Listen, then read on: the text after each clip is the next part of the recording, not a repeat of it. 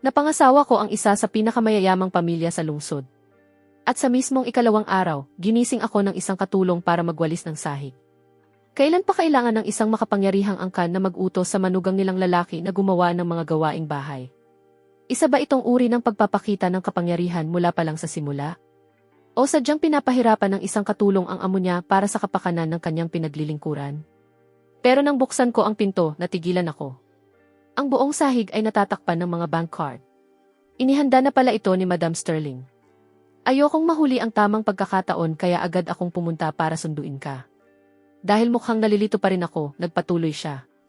Baka hindi mo pa alam ang mga kaugalian namin dito. Sa umaga ng ikalawang araw matapos ang kasal, nagwawalis ang biyenan ng pera patungo sa manugang na lalaki bilang swerte. Akala ni Madam Sterling ay masyadong mahirap kung pera mismo, kaya mga bank card na lang ang ginamit niya. Walisan mo lang ng kaunti bilang simbolo tapos na. Anong klaseng tradisyon naman ito? Naku, pwede ko ba itong gawin tuwing umaga? Magwalis ng pera. Sandali, hindi pera. Mga bank card ang wawalisin. Sino pa ang mga ngailangan ng snooze kapag ganito ang naghihintay sa iyo? Kunin mo ang walis at walisin ang bawat card mula sa pasilyo sa labas ng kwarto ko, tapos ilagay sa isang luma at pudpod na sapatos. Wala akong ideya kung magkano ang laman ng bawat isa. Kahit tig 10,000 lang ang laman ng bawat card, kung 12 ng card ang narito, aabot na agad sa daan-daang libo. Sir, sabi ni Madam Sterling, ang pinang bawat card ay ang kaarawan mo, kaya ingatan mo ang mga ito. Bago pa ako makasagot, bumukas ang pinto ng kwarto sa kabilang bahagi ng pasilyo. Lumabas si Vivian, sinulyapan ang napakataas na salansa ng mga card sa bisig ni Auntie May, at malamig na nagsabi, "Huwag kang mahiya, sa iyo na iyan, gastusin mo." Pagkatapos, diretso siyang pumasok sa kusina. Hindi naman ako nahihiya, inunahan mo lang akong kunin ang mga iyon. Nang muling iabot sa akin ni Auntie May ang mga card, kinuha ko ang bawat isa ng walang pag-aalinlangan at bumalik sa kwarto. Inilapag ko ang mga ito sa mesa at naghanda akong maligo at magpalit ng damit. Habang inaayos ko ang mga alaala ng orihinal na kaluluwa, nalaman kong pareho kami ng pinag-aralan. Pareho kaming nagtapos sa isa sa mga nangungunang unibersidad sa bansa na may master's degree. Ang kaibahan, pinili ng orihinal na kaluluwa na manatili sa campus bilang lecturer agad pagkatapos ng graduation, samantalang napilitan akong tanggapin ang trabaho sa isang pribadong kumpanya. May 3 araw pa siyang pahinga bago siya kailangang bumalik sa trabaho. Plano kong gamitin ang mga araw na iyon para balikan ang dati niyang mga lecture slide para hindi ako makagawa ng anumang nakakahiya sa klase. Sa totoo lang, gusto ko ang trabahong ito, hindi lang dahil 2 araw ang weekend. Pero pati na rin ang lahat ng iba pang bakasyon. Bakasyon sa taglamig at tag-araw. Wala nang klase ng alas 8 ng umaga. Makakatulog pa talaga ako ng mahaba bago pumasok sa trabaho. Wala nang walang katapusang sunod-sunod na mga meeting. Kung wala akong klase sa hapon, makakauwi na agad ako. At akin na ang buong gabi ko. Sa dati kong buhay, hindi ako nagkaroon ng pagkakataong manatili sa isang universidad. Dahil ba ayaw ko? Hindi, dahil naging imposible ito dahil sa mga pangyayari. Orihinal na kaluluwa, may utang ako sa iyo, tunay na tunay. Habang naghihilamos ako, may narinig akong kaluskos mula sa kwarto sa tabi. Hawak ko pa ang toothbrush sa bibig ko, sumilip ako mula sa banyo at nakita kong nakabihis na si Vivian at palabas na. Minadali ko ang routine ko at bumaba para mag-almusal. Dahil sa isang linyang sinabi ni Vivian kanina, nakaramdam ako ng kakaibang pakiramdam, parang 2 taong ilang taon nang magkasama sa iisang bahay. Pero ang totoo, 2 beses pa lang nagkita sina Vivian at ang orihinal na kaluluwa bago ang araw na ito. Ang una ay sa engagement at ang ikalawa ay sa mismong kasal. Habang nag-aalmusal, itinuring ako ni Vivian na parang hindi ako nakikita, ni isang salita wala siyang sinabi. Nang matapos siyang kumain, naglagay siya ng isang bank card sa mesa. Simula ngayon, dito na idedeposito ang allowance mo, itago mo. Nakarehistro ito sa pangalan mo. Iyan ang klase ng yaman ng isang chief na inaasahan ko. Sa puntong ito, pwede niya akong baliwalain kahit kailan niya gusto. Hindi niya nga kailangang umuwi. Sinabi niya ang kailangan niyang sabihin at umalis para pumasok sa trabaho. Dinala ko ang card pabalik sa kwarto at isinama ito sa mga card mula sa tradisyon ng pagwawalis kaninang umaga. Makalipas ang ilang sandali, kumuha ako ng isa at sinubukan kong i-link ito sa mobile banking app ko. Gumana ito sa unang subok. Talagang naisip ni Vivian ang lahat. Sa panahon ngayon, halos lahat ay gumagamit ng mobile payments, at ang card na nakarehistro sa sarili kong pangalan ay madaling mailink sa kahit anong API. 2 milyon. 2 milyon ang buwan ng allowance ko. Diyos ko, bakit pa may nagtatrabaho? Pero ngayon, curious din ako sa iba pang mga card. Sa isang iglap ng pagkamausisa, kumuha ako ng isa sa mga card na winalis at inilagay ang numero. Madali rin itong na-link. Ibig sabihin, ang mga card ni Madam Sterling ay nakarehistro rin sa pangalan ng orihinal na kaluluwa. 600,000 ang laman ng bawat card. Sa dami ng mga card na ito, madaling umabot sa 10 milyon ang kabuuan. Bawat isa, 600,000. Sa tingin ko, sa wakas naiintindihan ko na, may gusto ang matandang babae sa numerong 6. Lucky number. Magandang kapalaran. May katuturan. Orihinal na kaluluwa, kailangan kitang hingan ng tawad, akin na ang perang ito ngayon. Nang maling ko na ang lahat ng card, inilagay ko ang mga ito sa drawer at nagpa siyang lumabas para mamasyal at namnamin ang napakagandang mundong ito. At talagang totoo, kapag may pera ka, lahat ay mukhang napakaganda. Tungkol naman sa mga lecture slide na dapat kong repasuhin ngayong umaga, pwede namang maghintay. Walang kailangang madaliin. Makalipas ang ilang sandali, Sir, gusto niyo bang magpaayos ako ng sasakyan para sa inyo? Dati, siya mismo ang nagmamaneho papasok sa trabaho. May lisensya naman ako, pero hindi na ako humawak ng manibela mula ng araw na pumasa ako sa pagsusulit. Para na rin sa sarili kong kaligtasan. Tama, lalabas ako, pakiayos na lang ang sasakyan para sa akin. Bumukas ang pinto. Driver Leo, dalhin mo ako sa Fenway Tower. Wala naman talaga akong planong makipagkita sa kahit kanino. Gusto ko lang maglibot sa pinakamagarang shopping complex dito sa malapit at maranasan kung ano ang pakiramdam na bumili ng kahit anong gusto ko nang hindi tinitingnan ang presyo. Kung ang pagpasok sa kwentong ito ay isang karanasan, gagamitin ko ang bawat pribilehiyong kasama ng pagiging mayamang manugang at mamumuhay ng lubos sa buhay na ito.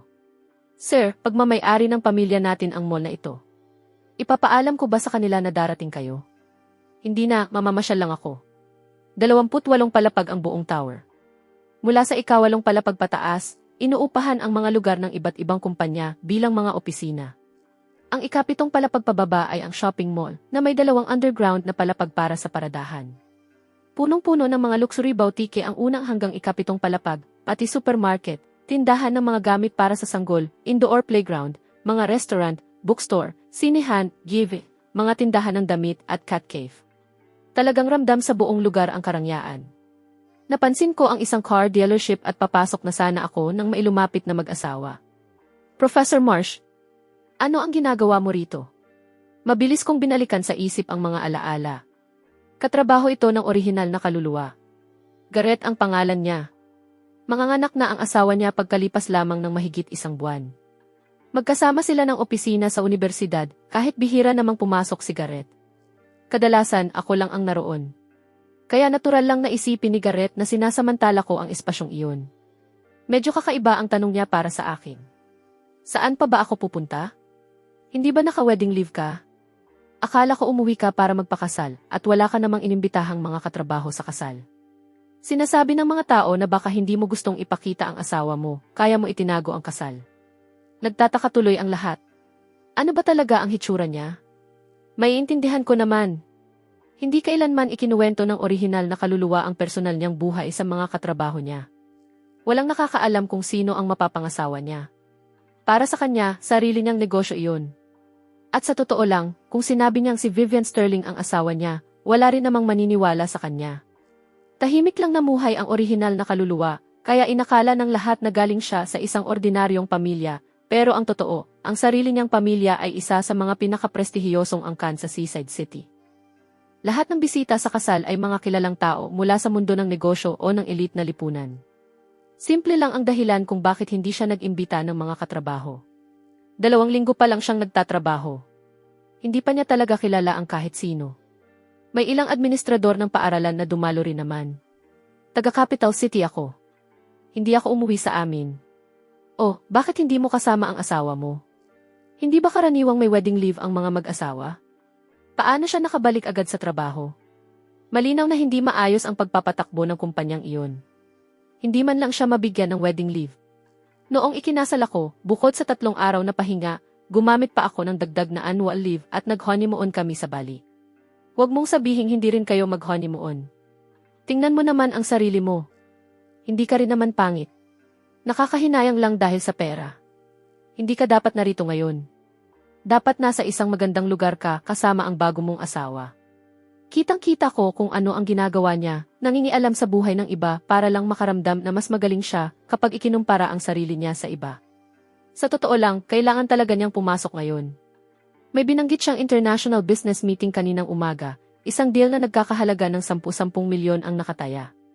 Ayokong maabala siya, kaya lumabas na lang ako para mamasyal mag-isa. At kapag nagkaanak na kayo, pwede tayong kumuha ng postpartum nanny at pagkatapos ay live-in nanny. Sigurado akong nakapili na kayo ng postpartum care center, hindi ba? Dito, nakadepende sa sarili mong kakayahan ang estado mo sa buhay. Wala akong ideya kung ano talaga ang ginagawa ni Vivian sa trabaho ngayong araw, pero hindi iyon makakapigil sa akin. Talaga bang hindi kayang magbayad ng isang pamilyang gaya ng sa atin para sa isang postpartum nanny at isang live-in nanny? May mga taong nasa katayuan natin na sila mismo ang nag-aalaga ng mga anak nila. Ang mga pahapyaw kong sinabi ay tumama sa kanya na parang suntok. Agad na bumagsak ang mukha ni Garrett. Hindi pa, naghahanap pa rin kami. Lumabas lang kami ngayon para bumili ng ilang damit para sa sanggol. Sige, Professor, kailangan na naming umalis, pupunta kami sa ikalawang palapag. Sige, mag-ingat kayo. Pagkaalis nila, naglakad ako patungo sa tindahan ng mga gamit para sa sanggol. Gusto kong bumili ng ilang bagay para sa asawa ng matalik kong kaibigang si Theo noong pagkabata, nakatatapos lang sa kanyang postpartum rest. Ang pagkikita namin ni Garrett ang talagang nagpaalala sa akin. May matalik na kaibigan noong pagkabata ang orihinal na kaluluwa at katatapos lang din ng postpartum period ng asawa nito.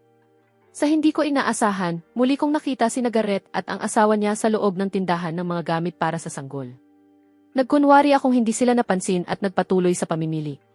Malaki naman ang tindahan.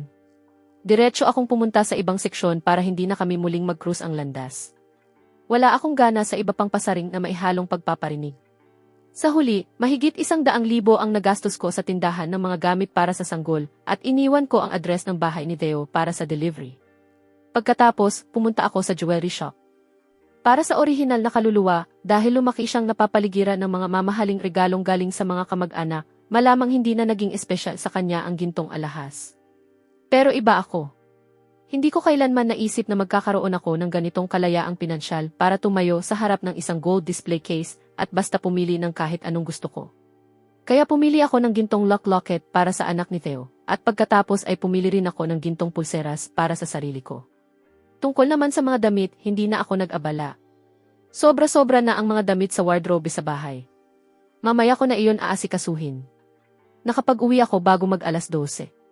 Naligo ako, nagpalit ng komportableng damit, at pagkatapos ay may hindi inaasahang tawag na dumating. Cole, bakit ang dami mong biniling gamit para sa sanggol ngayon? Dahil gusto ko. Nagustuhan mo ba ang lahat? Eksaktong mga bagay na pipiliin ko rin ang pinili mo. Napaka-praktikal ng laro ang kotse na iyon, parang gusto ko tuloy akong maglaro nito. Tumawa siya. Binilhan ko rin ng gintong lock locket ang sanggol. Dadalhin ko bukas kapag binisita ko kayo. Hindi mo naman kailangang gumastos ng ganoon kalaki. Seryoso. Hoy, tungkol kagabi, hoy, kumusta naman? Napakapakialamero mo, magkahiwalay kami ng kwarto. Sandali, magkahiwalay kayo ng kwarto. Kakakasal niyo lang. Paano kayo magkakaroon ng tunay na koneksyon yan? Ano ba ang pinagsasasabi mo? Ikaw ang tinutukoy ko. Hindi ito basta kasal na may kontrata. Hindi rin naman kayo nagkasundo na maghihiwalay kayo balang araw, kaya kailangan niyong subukang ayusin ito. Hindi pwedeng hayaan mo lang si Vivian na maghanap sa iba. Imposibleng gawin iyon ni Vivian. Dahil sa ilang salita niya, tuluyan akong natahimik. Tama siya. Hindi ito kasal na may kontrata. Kung may pagkakataon para maging maayos ito, dapat kong subukan. Naalala ko ang orihinal na kwento, kung kailan unang nakasama ng orihinal na kaluluwa si Vivian sa iisang kwarto. Kung kailan nangyari ang aksidente sa sasakyan, kung paano umunlad ang relasyon nila, kung nagkagustuhan ba talaga sila sa isa't isa, wala sa mga iyon ang isinulat. Pagkababa ko ng tawag, matagal akong naupo habang pinag-iisipan ang lahat. Nagpasya akong ituring ito bilang panibagong simula.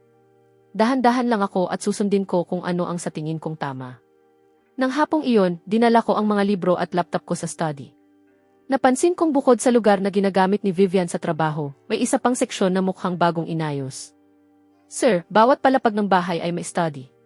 Naisip ni Miss Vivian na baka kailangan nyo ng malapit na lugar para magtrabaho, at naisip niyang magiging abala kung palagi kayong aakyat at bababa ng hagdan, kaya ipinagawa niyang muli ang study sa ikalawang palapag.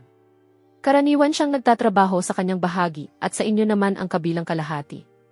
Kaya pati ito naisip ni Vivian. Walang pag-aalinlangan akong pumunta sa bahagi ko at inilapag ang laptop at mga libro ko.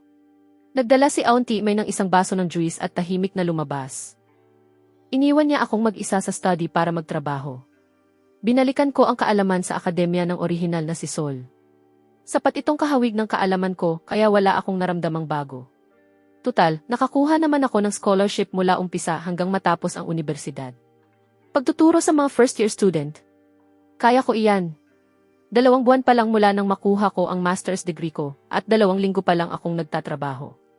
Kalagitnaan na ng Setyembre, eksaktong panahon kung kailan dumarating ang mga freshmen sa campus. Natapos na nila ang 2 linggong orientation drills at malapit na silang magsimula ng mga totoong klase. Pero para makasiguro, nagpa siya akong magsagawa muna ng practice lecture. Sa sala sa ibaba, pag-uwi ni Vivian mula sa trabaho. Nasaan ang mister? Nasa study sa taas. Sobrang sipag niya, dinalhan ko lang siya ng mainom at nagpa-practice lecture siya. Mukhang wala ni katiting na interes si Vivian. Sunduin mo siya para sa akin, dadalhin ko siya para makipagkita sa isang kaibigan. Tulungan ko ba siyang pumili ng formal na susuotin? Hindi, casual lang. May kumatok sa pinto. Sir, nakauwi na si Miss Vivian. Gusto niyang magpalit kayo ng ibang damit. Dadalhin niya kayo para makipagkita sa isang kaibigan. Sige, bababa na ako. Sapat na rin naman ang pagpapractice ko sa harap ng salamin, kahit pakiramdam ko ay may kaunti pa ring hindi tama. Nang tawagin ako ni Auntie May, mabilis kong tinapos ang ginagawa ko at lumabas ng study. Malamang isa ito sa malalapit na kaibigan ni Miss Vivian, kaya huwag nang masyadong formal. Sinabi niyang mag-relax lang. CJ. Salamat, Auntie May. Pagbalik sa kwarto.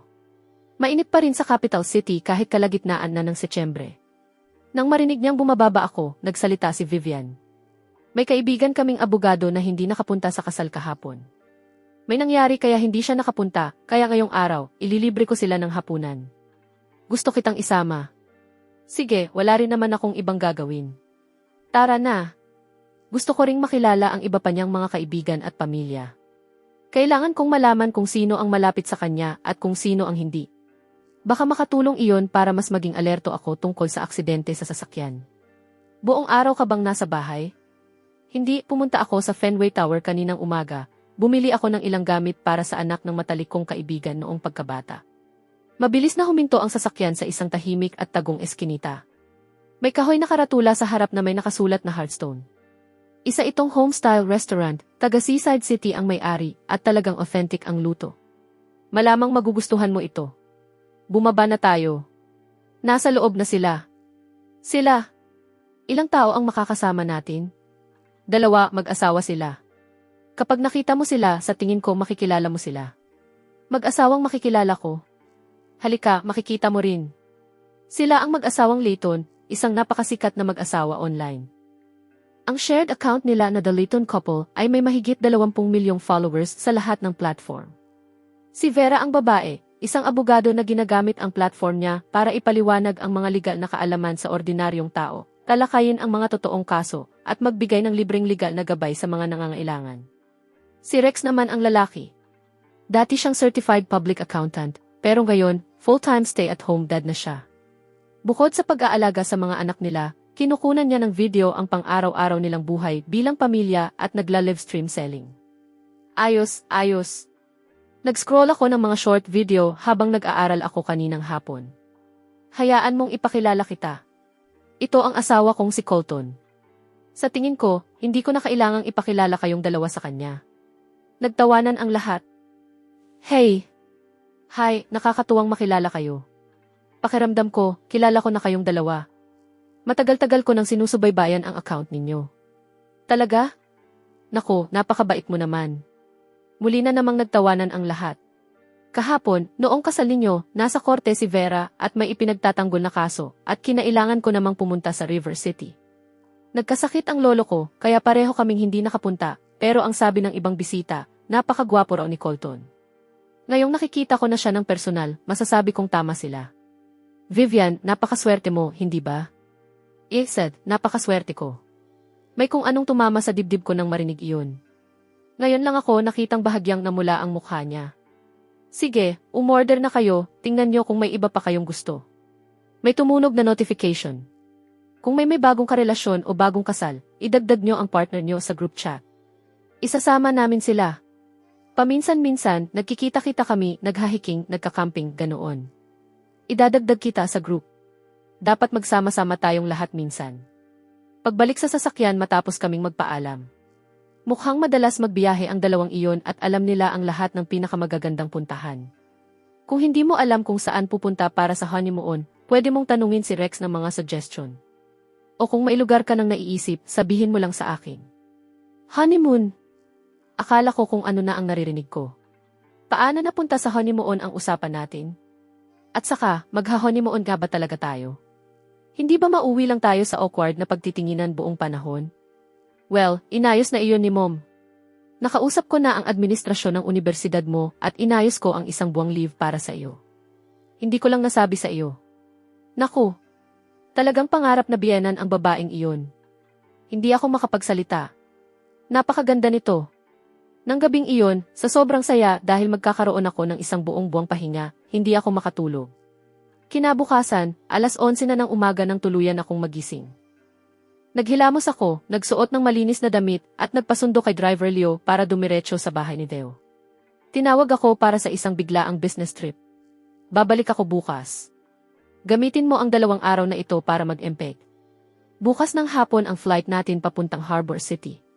Hindi ko napigilang mapabulalas. Nakabook na ang mga tiket. Talagang ibang klase ang bilis niyang kumilos. Kagabi, sinabi kong wala akong partikular na gusto at siya na ang bahalang magdesisyon. Hindi ko inasahang Harbor City ang unang pupuntahan namin pero ayos lang iyon. Masigla at kapanapanabik ang Harbor City at matagal ko na rin gustong makita iyon. Sa kasamaang palad, pagbalik ko mula sa tanghalian sa bahay ni Theo, tumawag ang mga tao sa bahay ng biyenan ko. Sir, nadapa si Madam Sterling. Nasa ospital siya. Ibinaba ko ang tawag at agad na nagmamadaling pumunta roon. Pagdating ko, naisugod na siya sa operasyon. Sir, pagkatapos ng tanghalian, naglakad-lakad si Madam Sterling sa hardin. May nakita siyang pusang gala sa sulok malapit sa pader, naawa siya rito at lumapit para buhatin ito. Dahil umulan 2 gabi na ang nakalipas, basa pa rin ang lupa roon. Nakatapak siya mismo roon at nadulas. Katatapos lang nilang magsagawa ng mga pagsusuri. Sabi ng doktor, bali ang kanang braso niya at nasugatan ng bato ang kanang binti niya. Kailangan niya ng operasyon. Mabuti na lang at hindi tumama ang ulo niya.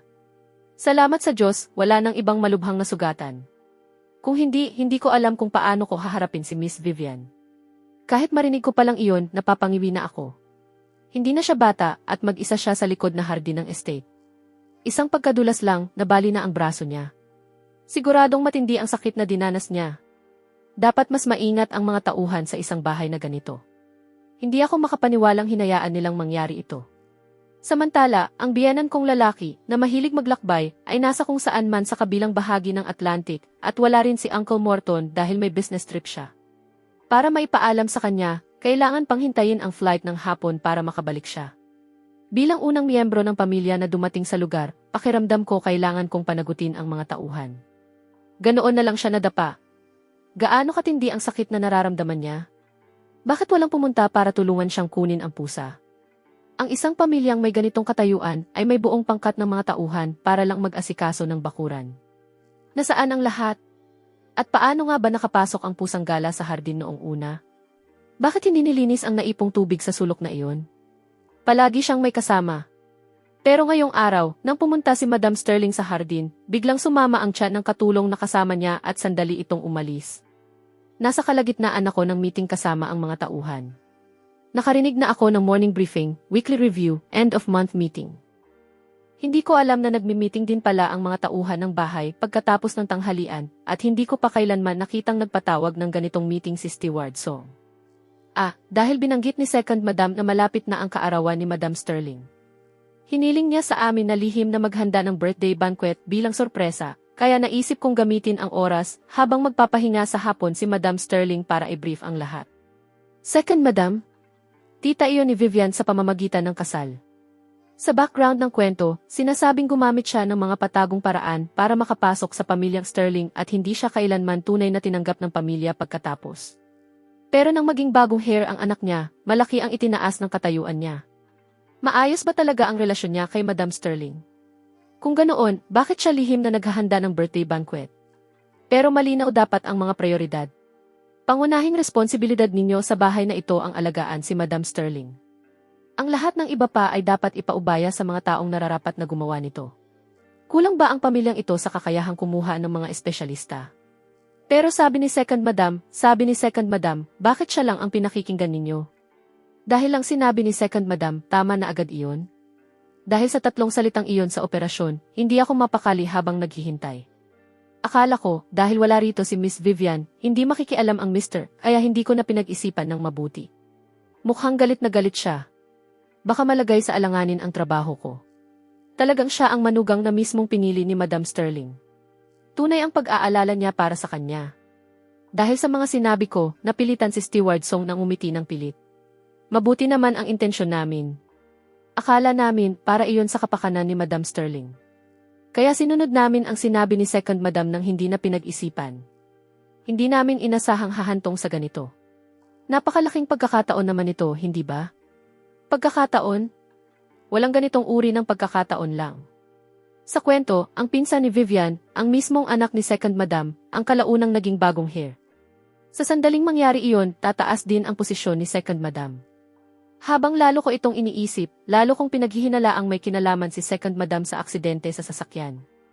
At kung tama ang hinala ko, nagpapasimula na ba siya ng gulo ngayon pa lang? Sa pagkakaalala ko, kilala ang orihinal na kaluluwa sa paggawa ng mabubuting bagay, isang tunay na mabait at may prinsipyo na tao. Kaya baka may nakita siya, o may natuklasan, at iyon ang naging dahilan para maging target siya. Hindi ko masisisi ang sarili ko kung pinaghihinalaan ko ang pinakamasama tungkol sa pamilya ni Second Madam. Kung tutuusin, kung may mangyari kay Vivian, sila ang pinakamalaking makikinabang. Kung tama ang mga hinala ko, at ngayon pa lang ay kumprontahin ko na ang mga tao, baka makarating ito sa mga impormante ni Second Madam, at maging target ako mula ngayon. Hindi ako pwedeng mauwi sa sinapit ng orihinal na kaluluwa.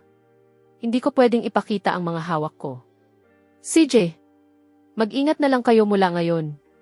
Ano man ang mangyari, si Madam Sterling ang dapat mauna.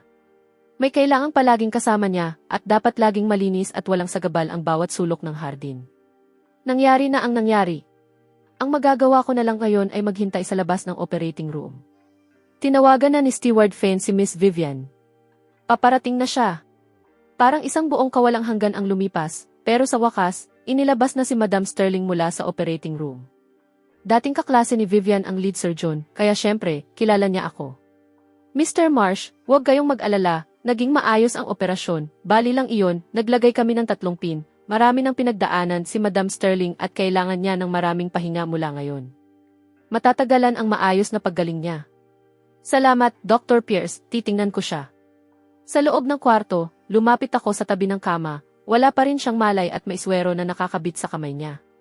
Sa loob ng kwarto, bukod kina Steward Fane at sa akin, naroon ang 2 katulong at isang nurse. Hindi makabubuti sa paggaling ng pasyente ang napakaraming taong nakapaligid sa kanya, maghintay muna kayo sa lounge sa labas. Makalipas ang ilang sandali, sa wakas ay iminulat ni Madam Sterling ang mga mata niya. Huwag kang mag-alala. Lahat naman ay nadadapa paminsan-minsan. Sabi nga nila, nakapagtataboy ng mas malaking kamalasan ang pagkabali ng buto. Isipin mo na lang na ikaw na ang tumanggap ng malas para walang mas malalang mangyari. Magpahinga ka lang at gagaling ka rin. Habang nakikita ko siyang nakahiga roon, nakaramdam ako ng init sa puso na, sa totoo lang, hindi ko kailanman naramdaman mula sa sarili kong ina. Mom, talagang wala kang katulad. Hindi ko maiwasang maalala ang ina ko sa dati kong buhay. Kung siya ang nadapa at may nabali sa kanya, ang unang lalabas sa bibig niya ay, wala kayong silbi. Kung binilhan niyo sana ako ng disenteng bahay, mangyayari ba sa akin ang ganito? Buong buhay ko, puro hirap ang inabot ko. Wala ni isang anak na matatawag na mapagmahal at marunong tumanaw ng utang na loob. Ngayong nabanggit ang mga tunay na magulang, hindi ko pa rin nakikilala ang mga magulang ng orihinal na kaluluwa. Naghiwalay sila noong 6 na taong gulang pa lang siya at agad na bumuo ng mga bagong pamilya. Lumaki siya kasama ang kanyang ama at madrasta. Matiis naman ang relasyon niya sa magkabilang panig at sa kasal, dumalo ang 2 magulang pero pareho silang may kasamang bagong partner at mga anak. Mom, magpahinga ka lang. Aayusin ko na mapadalhan ka ng pagkain mula sa kusina. Kailangan mong kumain ng maayos para gumaling. Huwag na. May tagaluto at mga tauhan naman tayo. Sila na ang bahala rito. Huwag mo nang isipin iyon. Dito ka lang at samahan mo ako. Ngayon naman, bukas kayong dalawa ay aalis na para sa honeymoon ninyo. Narinig kong Harbor City ang una ninyong pupuntahan. Hayaan mong ikwento ko sa iyo ang panahon na pumunta ako roon noon. Mom, hindi yata ito ang tamang panahon para mag-honeymoon. May isang buong buwan akong leave. Mas gusto ko na lang manatili rito at samahan ka. Talagang wala siyang katulad. Kahit nakahiga na siya sa hospital bed pagkatapos ng operasyon, ayaw pa rin niyang magpaalalay sa pamilya niya. Siya pa mismo ang nagsasabing ituloy namin ang honeymoon ayon sa plano. Hindi pwede. Isang kasal ang kinailangan para makakuha ako ng isang buwang leave. Hindi pwedeng hindi tayo pumunta ngayong sinabi na nating aalis tayo. Bali lang naman ang buto ko. May mga tauhan akong mag-aalaga sa akin. Hindi ko kayo kailangan dito. Mom, may winter at summer break pa naman ako. Walang mas mahalaga kaysa makasama ang pamilya. Kapag gumaling ka na, marami pa tayong oras. Tungkol naman sa honeymoon, sa totoo lang, ayos lang sa akin na laktawan na iyon. Medyo nag-aalala rin akong mauwi lang kami ni Vivian sa awkward na pagtitinginan. Ngayon, may perpekto na akong dahilan para hindi pumunta. Pagdating ni Vivian, nakita niya kami sa salaming bintana. Nakikita niyang nakahiga si Madam Sterling at tumatawa sa sinabi ko. Bumukas ang pinto. Narito ka na. Mom, kumusta ang pakiramdam mo? Masakit ba? Ayos lang ako, sweetheart. Maliit na procedure lang iyon, marami ng mas malalaking pagsubok ang nalagpasan ng nanay mo kaysa rito, huwag kang mag-alala. Tahimik akong lumabas ng kwarto para mabigyan silang dalawa ng oras. Kakaupo ko pa lang sa lounge nang marinig ko, paano ba may basta na lang nadadapa ng ganoon? Anong klaseng pagpapatakbo ba yan? Hindi niyo man lang kayang panatilihing malinis ang mga kanal sa courtyard. Siya si Second Madam. Kahit saan ko marinig ang boses niya, makikilala ko iyon. Mukha siyang napakabata, nasa kalagitnaan lang ng 40 taon kung tutuusin, at halatang maalagang inalagaan ang sarili. Vivian, kumusta ang nanay mo? Kakagising lang niya, gumagabi na, halos lumubog na ang araw sa labas, hindi pa siya kumakain pero paparating na ang pagkain mula sa bahay. Halika, puntahan natin siya. Kapag umabot ka na sa ganitong edad, talagang malaki ang epekto ng isang pagkadapa. Mukhang talagang mabait, mahinhin, at malumanay ang babaeng ito, hindi man lang katulad ng inaakala ko. Paano siya nadapa ng ganoon? Wala ba siyang kasama? Katatapos lang kausapin ni Madam Sterling si Vivian. Halika, dito ka umupo. Pagkarinig ko pa lang, agad akong pumunta rito, at nagkataon namang may nilulutong pork rib soup sa bahay namin ngayon, kaya nagdala ako. Sabi nila, dapat kainin mo ang kailangan ng katawan mo para gumaling, di ba? Uminom ka ng maraming sabaw, kainin mo rin ang karne, makakatulong iyon para mas mabilis gumaling ang buto. Heto, amuyin mo kung gaano kasarap. Napakaalalahanin mo talaga. Sa amoy pa lang, nagugutom na ako. Mukhang maayos naman ang pakikitungo ng dalawang iyon sa isa't isa. Kung hindi sana nagmadali rito si Second Madam na may dalang sopas. Baka naging masyado akong isang panig sa pagsusuri ko kanina. Hindi pa rin kumakain si Colton. Ngayong narito ka para magbantay, hindi ako. Kumulo ng malakas ang tiyan niya. Kumuha ka na ng makakain. Halika, kumain tayo. Ano ang gusto mong kainin? Kahit ano. Kailangan ko lang mabusog. Hindi ako mapili. Vivian, sigurado ka ba sa lugar na ito? Ito. Pumasok na tayo. Miss Sir, tingnan niyo ang menu. Uncle Lin, magdala ka na lang ng ilang signature dish mo at isang palayok ng tsaa. Agad ko pong ihahanda. Sino ang nagpapatakbo ng lugar na ito? Hindi lang siya ang tagapagluto. Siya rin ang may-ari ng lugar. Apprentice siya ng lolo ko. Dati siyang head chef sa isang high-end restaurant, pero may ilang nangyari at nagpasya siyang magtayo ng sarili niyang lugar.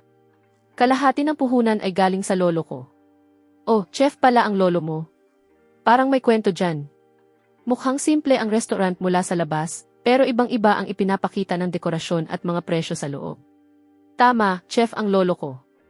Dahil sa pagluluto niya, kaya pinigilan niya ang sarili niya. Nakaraan na iyon, hindi na kailangang pag-usapan. Malinaw na may masakit na alaala roon. Nagpa siya akong huwag nang magtanong pa. Heto na. Handa na ang mga pagkain ninyo. Kain kayo ng mabuti. Salamat, Uncle Lin. Tikman mo. Talagang kakaiba ito. Sariwang-sariwa ang bawat sangkap dito. Galing sa sarili naming bukid ang mga gulay. Walang pestisidyo, walang kemikal, at dekalidad din ang karne. Kapag nag-aalala ka tungkol sa kaligtasan ng pagkain, dito ka pumunta. Habang pauwi, matagal akong nag-atubiling magsalita bago ko tuluyang sinabi. Kanselahin na natin ang biyahe sa Harbor City bukas. Nasa ospital si Mom, hindi tama sa pakiramdam na aalis tayo para magsaya. Sige, hindi na tayo kailangang pumunta. Pagbalik namin sa kwarto ni Madam Sterling sa ospital, tulog na siya. Siguradong matagal silang nag-usap ni Second Madam. Pagod na pagod siya kaya maaga siyang natulog. Umuwi na kayong dalawa. Huwag kang mag-alala. Nag-ayos na ang hospital director ng dalawang profesional na caregiver na salit-salitang magbabantay sa kanya. Nasa mabuti siyang kalagayan. Inaya ako ni Vera at ng iba pa na pumunta sa isang bar. Sasama ka ba? Hindi ako umiinom. Uwi ako para magpahinga. Sige, papuntahin ko si Driver Leo para sunduin ka. Malapit lang siya, ilang minuto lang ang aabutin. Sige, at huwag kang masyadong uminom. Huwag kang magmaneho kapag nakainom ka. Dumaraan sa hangin ang malamig na simoy mula sa hilaga, tinatangay nito ang natitirang init ng maghapon. May nagsabi noon na ang maalagaan ang pakiramdam ng kaligayahan. Sa tingin ko, nagsisimula ko ng maunawaan iyon. Bahagyang kumurap ang mga pilik mata niya at mahina siyang sumagot. Alam ko. Naghihintay si Driver Leo. Sa bar, sumigaw si Rex. Tingnan niyo kung sino ang sa wakas ay dumating. Ang malaking boss mismo. Kanina pa kami naghihintay. Ngayong gabi, totoong iinom ka. Sinabihan ako ng asawa ko na maghinay-hinay lang. Pumunta ka sa bar para kumain ng prutas. Halika na. Ganoon kaagad ang pagsunod mo sa sinasabi niya? Masama sa katawan ang pag-inom. Dapat bawasan mo rin. CJ. Sa susunod, walang bar, pupunta na lang tayo sa Desert Cave. At pwede siyang magdala ng maiinom pa uwi para sa asawa niya. Sa unang araw ko pa lang na bumalik mula sa wedding leave, tinawagan ako ni Garrett. Professor Marsh, bakit naka-leave ka? Isang buwang leave para sa honeymoon. Professor Marsh, nagsimula pa lang ang klase at wala ka na agad. Inatasan ako ng department head at ang isa pang guro na saluhin ang mga klase mo. Alam mo ba kung gaano karaming dagdag na trabaho ang ibinigay mo sa amin? Sa totoo lang, hindi ko man lang iyon naisip. Pero lahat naman ay kumukuha ng leave paminsan-minsan. At saka, ang administrasyon ng paaralan ang nag-ayos nito. Hindi ako mismo ang nagtalaga ng kahit ano sa iyo. Pasensya na. Hindi ko alam na sa iyo mismo ipapasa ng department head ang mga klase. Maaari akong makipag-ugnayan sa ibang guro kung gusto mo. Tingnan natin kung may ibang pwedeng sumalo. Huwag na. Alam ko na kung ano ito. Alam mong kukuha ako ng parental leave para makasama ang asawa ko, kaya gusto mo akong gantihan bago pa ako makaalis. Hindi ko alam kung anong koneksyon ang ginamit mo para makakuha ng ganitong leave. Palihim kang umalis, gumamit ng mga back channel, at sinadya mo pang ipasa sa akin ang mga klase mo. Naputol ang tawag. Humahatol agad sa pinakamasama nang wala man lang alam na kahit isang katotohanan. Anong klaseng tao ang gumagawa niyan? Manugang, ano ang nangyayari? Maghapon akong nasa estate matapos sunduin si Madam Sterling mula sa ospital. Mom, ito ang nangyari. Kaninang umaga, bigla na lang akong tinawagan ni Garrett. Hindi lang niya ako inakusahan na gumamit ng koneksyon para makakuha ng leave, sinabi rin niyang sinadya kong ipasa sa kanya ang lahat ng klase ko. Sino ba sa tingin niya siya? Paano niya nagawang kausapin ka ng ganoon? Sa totoo lang, hindi ba pwedeng pag-usapan na lang ng mga tao ang problema na parang matatanda? Huwag kang mag-alala, si Mom na ang bahala rito. Old Zoo, talagang pumalpak ka rito. Nag-leave lang ng kaunti ang manugang ko, hindi mo ba kayang ayusin iyon ng tahimik? Ngayon, alam na ng buong campus na gumamit siya ng koneksyon para makakuha ng pahintulot mula sa mga nasa itaas. At bakit mo pa itinalaga ang mga klase niya sa isang taong malapit ng magparental leave? Hindi ako humihingi ng espesyal na pagtrato, pero alam mo rin naman tulad ko. Sa wakas, nagpakasal na ang anak mo. Hindi ba kailangan ng dalawang iyon ng panahon para magkaroon ng tunay na koneksyon? Paano tayo magkakaroon ng mga apo kung hindi? Magkahiwalay pa rin ang kwarto ang mag-asawa, naku naman. Kung hindi ako mag-aalala tungkol dito, sino pa? At huwag nating kalimutan, taon-taon ay nagbibigay ng donasyon ang pamilyang Sterling sa paaralang ito. Sobra na ba talagang humingi ng kaunting leave para sa manugang ko? Bigyan mo na lang ng bonus ang dalawang gurong sumasalo sa mga klase. Hindi ba yun na ang pinakamadaling solusyon? Talaga bang ganoon ito kakomplikado? Ngayon, makinig ka, maghanap ka ng taong aayos nito ng maayos. Huwag kang mag-alala, si Principal Xu na ang bahala rito. Dati, ayaw ko sa mga taong gumagamit ng koneksyon para mapagbigyan. Pero para ma-enjoy ko ng tahimik ang buwang ito, may dadalhin akong magandang bagay para sa dalawang gurong sumalo sa mga klase pagbalik ko. Mom, samahan kitang mamasyal. Hindi naman masyadong mainit ngayon, maikling lakad lang. Sige, tara na. Makulimlim ngayon, walang direktang sikat ng araw, perpektong panahon para mamasyal. Nasa tahimik na bahagi ng lungsod ang estate ng pamilyang Sterling, pero hindi ito kalayuan sa mga paaralan, ospital, o anumang iba pang kailangan mo. Dahan-dahan akong naglalakad kasama si Madam Sterling sa isang tahimik na daanang napapalibutan ng mga puno. Cole, alam kong magkahiwalay kayo ng kwarto ni Vivian. Hindi mo na kailangang magpaliwanag, alam ko na. Siguradong ideya ito ni Vivian. Abala siya nitong mga nakaraang araw at kagagaling ko lang sa ospital. Pero ngayong gabi, kapag pumunta siya rito, akausapin ko siya ng seryoso. Bagong kasal tapos magkahiwalay ng kwarto, talagang hindi pwede iyon. Ngayong gabi, dito kayong dalawa at matutulog sa dati niyang kwarto. Naku, ayos lang talaga sa akin ang magkahiwalay na kwarto. At ang orihinal na kaluluwa mismo ang nagmungkahi nito noong una. Kung sisisihin ko ngayon si Vivian, sa oras na magsalita siya, hindi ba mabubunyag ang buong bagay? Pero iba ang naging pakahulugan sa pananahimik ko. Masyado kang madaling pakisamahan, palagi mo siyang pinagbibigyan at hindi mo sinasabi ang tunay mong nararamdaman. Ngayong gabi, papagsorihin ko siya sa iyo. Mom, hindi na kailangan iyon. Isang beses lang kami nagkita bago ang kasal. Halos hindi namin kilala ang isa't isa at palagi siyang abala sa trabaho. Dahan-dahan lang kami. Hindi.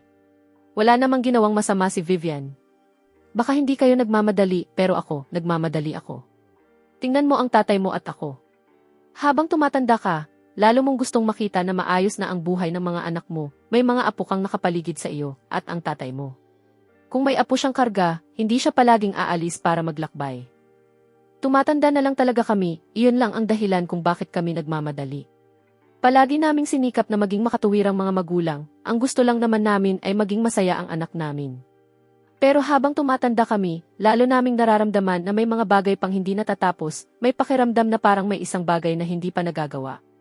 Walang trono na ipapamana sa pamilyang ito, pero napakalaki ng mga ari-arian at hindi pwedeng basta mapunta ang mga iyon sa mga tagalabas. Hindi naman mali iyon, isa ang pamilyang Sterling sa pinakamakapangyarihang angkan sa capital city, napakalaki talaga ng nakataya, at dahil iisa lang ang anak na babae na magpapatuloy ng lahat, syempre mag-aalala sila. Pero sa orihinal na kwento, napupunta rin sa huli ang lahat sa ikalawang sangay ng pamilya. Mom, naiintindihan ko ang sinasabi mo. O, hindi naman kita hinihiling na magdesisyon tungkol sa kahit ano ngayon. Gusto ko lang na seryosohin mo ang kasal na ito. Hindi ka nagpakasal para makipaghiwalay agad sa sandaling maging mahirap ang lahat. Kailangan ng panahon at pagsisikap para mahanap ng dalawang tao ang tamang pakikitungo sa isa't isa. Huwag kang masaktan sa pagiging direkta ko. Sa pamilyang ito, may mga bagay na talagang kailangang gawin. Alam mo ba kung ilang mata ang nakamasid sa lahat ng itinayo namin? Nagsimula kami ng tatay mo nang walang kahit ano. Hindi naging madali. Noong bata pa si Vivian, mahilig siyang magluto kasama ang kanyang lolo. Noong nasa elementarya pa siya, pangarap niyang maging chef. Pinagbawalan iyon ng kanyang ama at talagang pinagsabihan siya nito ng husto. Pagkatapos noon, sinadya ng kanyang ama na ilayo siya sa kanyang lolo at sa halip ay pinuno ang isip niya ng kaalaman tungkol sa negosyo, lahat para balang araw ay maipagpatuloy niya ang pamilyang ito. Naaawa rin ako sa kanya, pero ito ang responsibilidad na isinilang siyang taglay. Tahimik akong nakaupo at nakikinig hanggang sa matapos siya. Isang komplikadong halo ng mga emosyon ang namuo sa akin. Sabi ni Madam Sterling, mula sa wala nilang itinayo ang lahat. Kung ganoon, paano napunta ang lahat sa kamay ng pinsan niya? Dahil lang ba talaga walang mapagpapamanahan? Kaya pala mukhang nasaktan si Vivian nang mabanggit ang kanyang lolo noong hapunan. Siguradong nag-iwan iyon ng malalim na marka sa kanya, at malamang iyon din ang dahilan kung bakit wala siyang interes na magkaanak. Mom, naririnig ko ang lahat ng sinasabi mo. Kakakasal lang namin. Laging may panahon ng pag-adjust, at hindi naman pwedeng madaliin ang pagkakaroon ng anak. Hindi pa kami handa para roon. Nakita ko na ang mga medical report ninyong dalawa mula sa pre-marriage check-up. Pareho kayong malusog, bata, puno ng sigla, at hindi maikakaila ang chemistry ninyong dalawa, kaya mas mabuting magkaroon kayo ng anak sa lalong madaling panahon. Tinitingnan ko si Madam Sterling at malinaw na hindi siya nagbibiro. Tuluyan akong hindi makapagsalita. Nang gabing iyon, gaya ng inaasahan, tinawag pabalik si Vivian. Pumunta kayo sa kwarto ninyo at maglaan kayo ng oras para sa isa't isa. Kahit mag-usap lang kayo, ayos na. Ayaw ni Vivian na pasamain ang loob ni Madam Sterling, kaya tumayo siya at sininyasan akong sumunod. Pumasok ako sa kwarto at bumagsak sa sofa, nag-scroll sa cellphone habang paulit-ulit kong iniisip ang lahat. Sa hapunan, pinagalitan ng husto ni Madam Sterling si Vivian, sinabing wala siyang karapatang iwan akong mag-isa noong gabi ng kasal namin. Hindi ito itinanggi ni Vivian. Wala siyang naging reaksyon. Nakinig lang siya. Kalmado at mahinahon. Malamang wala siyang sapat na pakialam para alamin kung sino talaga ang nagbanggit tungkol sa magkahiwalay na kwarto. Marami kayong napag-usapan ni Grandma ngayon. Tama, inilabas ko siya para mamasyal. Marami siyang sinabi tungkol sa gusto niyang magkaroon ng mga apo. Huwag na nating pag-usapan iyon. Sinabi mo ba kay Grandma na ako ang nag-iwan sa iyo sa malamig na kwarto? Hindi, siya mismo ang nagbanggit nito. At hindi mo siya itinama? Kung ganoon, ano ang gusto mong gawin? Babalik ba tayo sa magkahiwalay na kwarto o sisimulan na nating gampanan ang mga tungkulin natin bilang mag-asawa? Hindi naman masamang ideya iyon. Sa dati kong buhay, ni minsan ay hindi ako nakipag-date sa kahit kanino. Hindi ko rin kailanman naranasan ang ganoong bagay. Napakaganda ni Vivian. Bakit ko naman tatanggihan? Hindi naman natin kailangang magkaanak. Pero pwede pa ring maging tunay ang isang tunay na pagsasama bilang mag-asawa. Mag-iingat lang tayo. Mga anak. Kaya pati ang tungkol sa mana ay sinabi sa iyo ni Grandma. Tungkol ba ito sa pagtiyak ng posisyon para sa isang anak? Hindi iyon ang tinutukoy ko lang ay ang tungkol sa pagsasama bilang mag-asawa. Kalimutan na natin. Sa sofa ako matutulog ngayong gabi. Hindi mo kailangang makitulog sa iisang kwarto pagbalik natin. Sinabi ko na kay Mom, hindi naman kailangang madaliin. Agad ko iyong pinagsisihan. Bakit ako pumayag doon? Para ko nang inilantad ang sarili ko, sa susunod na ilang taon, wala akong planong magkaanak, at hindi ko naman kailanman sinadyang magkahiwalay kami ng tulugan. Iyon ang ideya mo. Iginagalang ko ang desisyon mo. Kung pumapayag ka lang dito dahil sa sinabi ni Mom, wag na. Wala akong interes na pilitin ang kahit ano. Tungkol naman sa pagsasama natin bilang mag-asawa, hindi mo kailangang mag-alala. Ang pagsasama ng dalawang pamilya natin ay may kaugnayan sa mga interes sa negosyo. Nang marinig ko siyang ipaliwanag iyon ng ganoon, nanlamig ang buong katawan ko. Pumasok ako sa kwentong ito para lang mabuhay. Gusto ko lang namnamin ang sandaling ito. Hindi dahil pinilit ako ni Grandma. Talagang nakausap ko siya at naisip kong may punto siya. Kung ganoon ang gusto mong isipin, wala akong magagawa para pigilan ka. Bukod pa roon, hindi mo naman pwedeng iwasan habang buhay ang mga tungkulin bilang mag-asawa. Maliban na lang kung maghihiwalay tayo, kailangan ding magkaroon ng kahulugan ang pagsasamang ito kalaunan. Taos puso ba siya, o sinasabi lang niya ang iniisip niyang gusto kong marinig? Hindi niya inaalis ang tingin niya sa akin. May kung anong gumalaw sa kalooban ko. Lumapit ako at marahang inihiga siya sa kama. Naramdaman kong nanigas ang katawan niya. Mag-relax ka. Hindi naman tayo handa para sa ganoon ngayong gabi. Hindi kita gagalawin. Matulog na lang tayo. Nang magising ako kinabukasan, wala na siya sa tabi ko. Pagkatapos kong maghilamos, bumaba ako. Cole, gising ka na pala. Halika, umupo ka.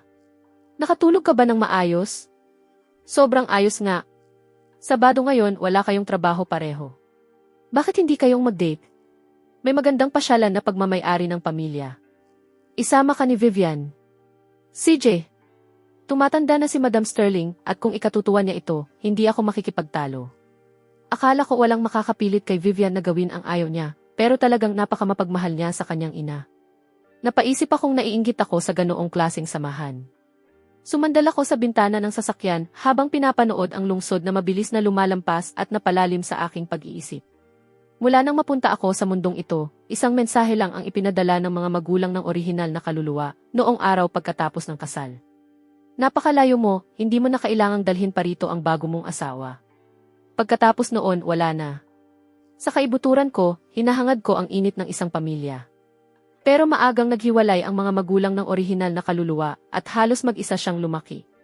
Gayunpaman, isang hapon habang wala akong ginagawa, binilang ko ang mga regalong pangkasal mula sa magkabilang panig ng pamilya niya at tinantiya ang halaga ng mga iyon sa pera. Umabot ito sa mahigit 100 milyon. Bukod sa cash, may mga ari-arian at share sa mga kumpanya. Kahit hindi ako umasa sa alinmang pamilya, kaya kong mamuhay ng komportable habang buhay. Maaaring hindi malapit ang orihinal na kaluluwa sa mga magulang niya, pero hindi nila siya kailanman pinagkaitan. Kahit isang sentimo. Pagkatapos, naisip ko ang sarili kong mga magulang sa dati kong buhay.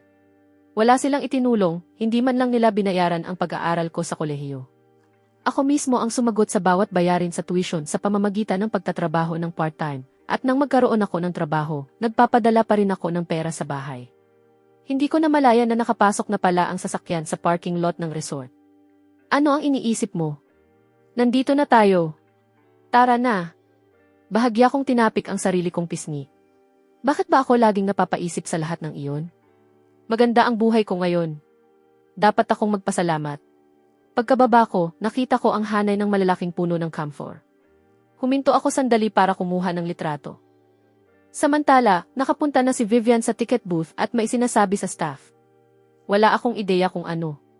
Vivian. Cole. Agad kong naintindihan. Siya si River Sterling, nakababatang pinsan ni Vivian, ang bunsong anak ng ikalawang sanggay ng pamilya. Mas tamang sabihin, ampon siya.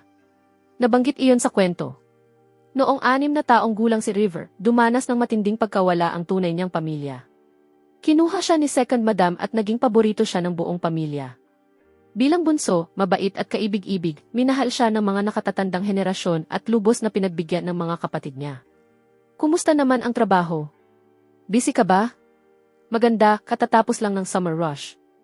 Vivian, salamat sa pakikiusap mo kay Dad para mailagay ako rito. Gustong-gusto ko talaga rito. Basta masaya ka, Sabado ngayon, kaya naisip naming maglibot dito ni Cole.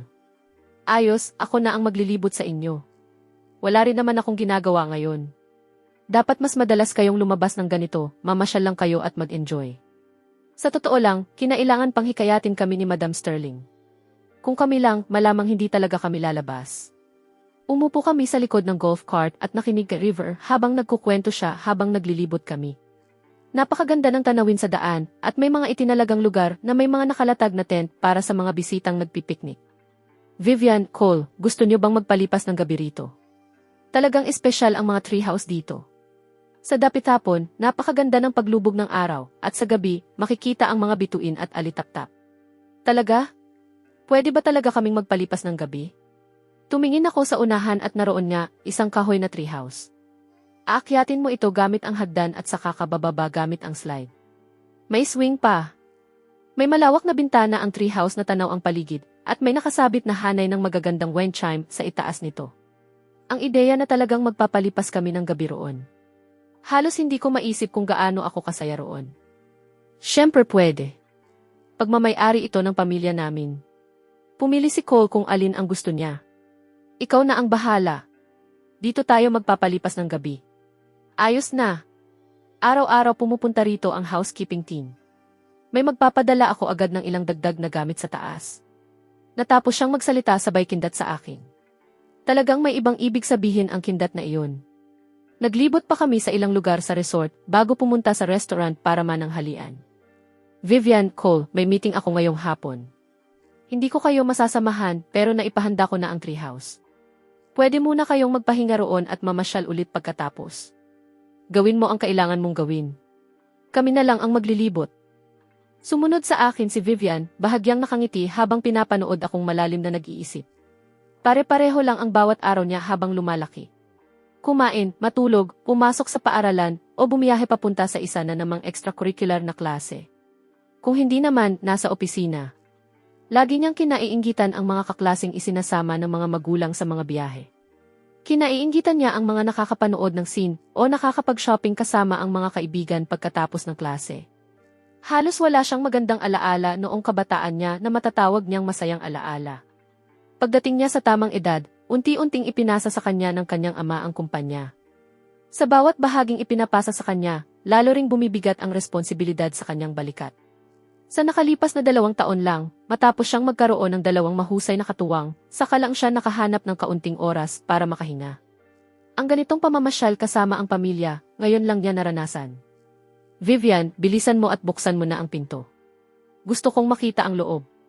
Iniwan sa akin ni River ang susi bago siya umalis. Hindi ko alam kung bakit ang tagal niya roon. Talagang napakaganda ng ngiti niya. Binuksan ko ang pinto at ang unang nakita ko ay isang malaking kama na mukhang napakalambot. Lumapit ako at nakita ko ang dalawang set ng bagong tiklop na pajama at may maliit na kahon sa tabi nito. Kitang-kita rito ang gawa ni River. Kaya pala ganoon ang mga tingin ng batang iyon sa akin. Ito pala ang ibig niyang sabihin. Talagang maalalahanin ang batang iyon. Nakita rin iyon ni Vivian. Nanatiling neutral ang ekspresyon niya, pero hindi niya maitago ang bahagyang pamumula ng kanyang mga pisngi. Ikaw na ang maligo muna. Akala ko ba matutulog tayo ng kaunti? Medyo nahihilo ako dahil sa tanghalian at dahil maaga rin akong nagising, talagang pagod na pagod ako. Kinuha ko ang pajama at dumiretso sa banyo. Paglabas ko, nakaupo si Vivian sa sofa at nagbabasa. Hindi ka ba matutulog? Matulog ka muna. Maliligo ako. Pinaniwalaan ko siya at humiga. Ilang minuto lang, tulog na ako ng mahimbing. Natapos maligo si Vivian at humiga sa tabi ko. Maya-maya, gumulong ako at muntik nang mapatong ang binti ko sa kanya. Mahina siyang napabuntong hininga, tumayo at bumalik sa sofa dala ang libro niya. Nang magising ako, nasa pinakadulong bahagi ako ng kama. Vivian! Vivian! Dumilat siya. Naisiksik ba kita? Hihilingin ko ba kay River na maghanda ng isa pang kwarto? Hindi na kailangan, mabuti para sa negosyo ng dalawang pamilya natin ang isang matatag na pagsasama. Kung kumalat na may problema sa pagitan natin, maaaring maapektuhan ang presyo ng shares ng kumpanya. Kailangan nating maging maingat sa kung ano ang nakikita ng ibang tao. Nang gabing iyon, nakahiga ako sa kama at nakatingala sa labas ng bintana. Vivian, alam mo ba kung alin ang Big Dipper? Teka, tama. Kung ganoon, ituro mo sa akin. Pagkalipas ng 10 minuto, may ipinadalang tao ang resort manager para dalhan kami ng teleskopyo. Maingat itong inayos ni Vivian, sa kanya ako tinawag. Lumapit ako para tumingin. Wow, napakalinaw ng mga detalye, napakaganda. Iyon ang Orion, iyong 3 bituin na magkakasunod. Iyan ang sinturon niya. Vivian, salamat. Ito ang pinakamagandang kalangitan na nakita ko. Mahinang tumutugtog ang musika sa background. Vivian, napakaganda mo talaga. Kinabukasan, pinuntahan ako ni River para mag-almusal, kumikindat at nakataas ang mga kilay. Kung ganoon, kumusta ang gabi niyo? Masaya ba? Humigop ako ng gatas at walang emosyon na sumagot. Masaya sa anong paraan? Dahan-dahang kumurap si River. Napakaganda ng gabi, perpekto ang atmosphere sa treehouse. Wala talagang nangyari. Inihanda ko na ang lahat para sa inyo. Ginamit niyo man lang ba ang kahit ano? Pagod na pagod kami pagkatapos ng isang buong araw na pamamasyal. Naligo kami at agad na natulog. Sino ba ang may lakas pa para sa iba pagkatapos ng isang buong araw sa resort? Ang totoong nangyari ay ganito. Pumasok ako sa banyo para maligo ng malamig at nang bumalik ako, nakatanggap si Vivian ng tawag mula kay Assistant Blake. Nagtrabaho siya sa laptop niya hanggang hating gabi. Samantala, buong gabi akong nakayakap sa teleskopyo habang nakatingin sa mga bituin. Sige na, talagang umaasa ako para sa inyong dalawa. Para sa akin, hindi ko makakalimutan ang gabing iyon. Pagbalik ko mula sa istasyon ng pulis, sinabi sa akin ni Madam Sterling na isinama siya ng matanda niyang kaibigan para manatili roon ng ilang araw, kaya hindi ko muna kailangang pumunta sa estate. Talagang kakaiba si Madam Sterling. Kahit nabali ang braso niya, hindi pa rin siya mapirmi sa bahay. 2 araw pa lang akong nakahiga sa kama at sawa na ako, kailangan ko nang may gawin. Bukod sa pagbabasa at pagre-review ng mga lecture slides, mukhang regular ding nag-ehersisyo ang orihinal na kaluluwa. Mahilig ako sa tennis, baka makahanap ako ng makakalaro. Sakto namang tumawag si Rex.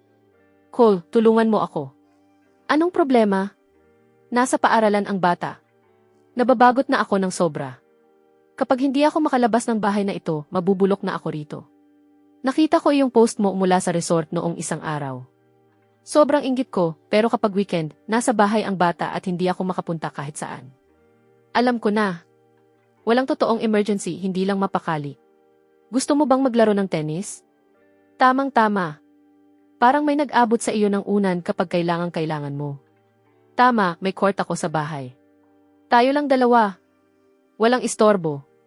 Maglaro tayo ng gaano katagal ang gusto natin. Ayos. Pupunta ako ngayon.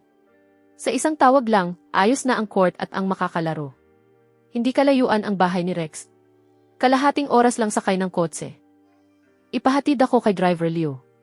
Mabilis akong naghanap sa loob ng aparador pero wala akong makita. Hindi mahilig sa sports ang orihinal na kaluluwa, kaya walang angkop na damit. Pinahatid ko muna kay Driver Leo sa mall para bumili ng 2 komportabling tennis outfit, sa kanya ako ihatid sa bahay ni Rex. Nag-umpisa kami ng dahan-dahan, hinahanap ang tamang ritmo. Ngumisi si Rex at sinabi, warm up pa lang ito, maghanda ka na. Napuno ng tunog ng mga bola ng tennis ang paligid. Napakasaya ng araw na ito. Sino ang nagturo sa iyo? Nagkaroon ka ba ng coach? Mabilis kong binalikan ang mga alaala. Sumali ang orihinal na kaluluwa sa isang tennis club noong kolehiyo at naglaro ng ilang panahon pero hindi niya talaga iyon sineryoso. Kaya hindi rin siya gaanong gumaling dito. Pero hindi naman mahalaga iyon. Mayaman ang orihinal na kaluluwa. Hindi naman magtataka ang kahit sino kung nagkaroon siya ng coach. Hindi, natutunan ko lang noong kolehiyo. Ang galing mo naman talaga. Maayos din ang forma mo.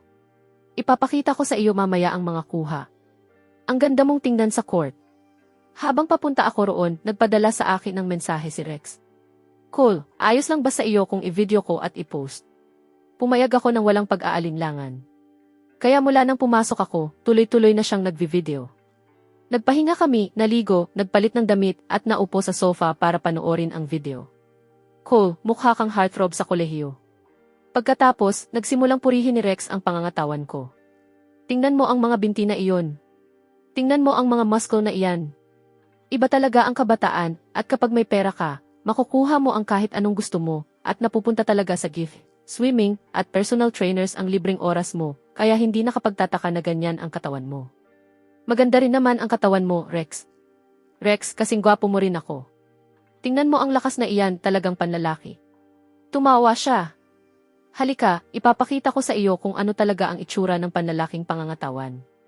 Patuloy pa rin ang pagre-record ng kamera buong panahon, nakukuha ang bawat sandali. Pagkatapos man ang halian sa bahay ni Rex, umuwi ako at natulog ng kaunti. Pagkagising ko, nagpakita ang isang short-form video API sa cellphone ko ng mahigit 79 na hindi pa nababasang notification. Binuksan ko ito at tuluyan ang nagwala ang mga mensahe at komento.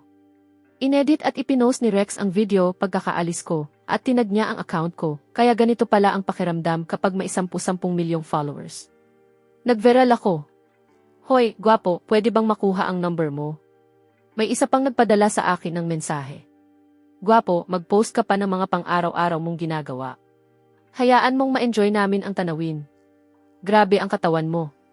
Pwede mo bang ibahagi ang mga tips mo sa pag-ehersisyo? Saan galing ang tennis outfit na iyan? Pakisend ang link.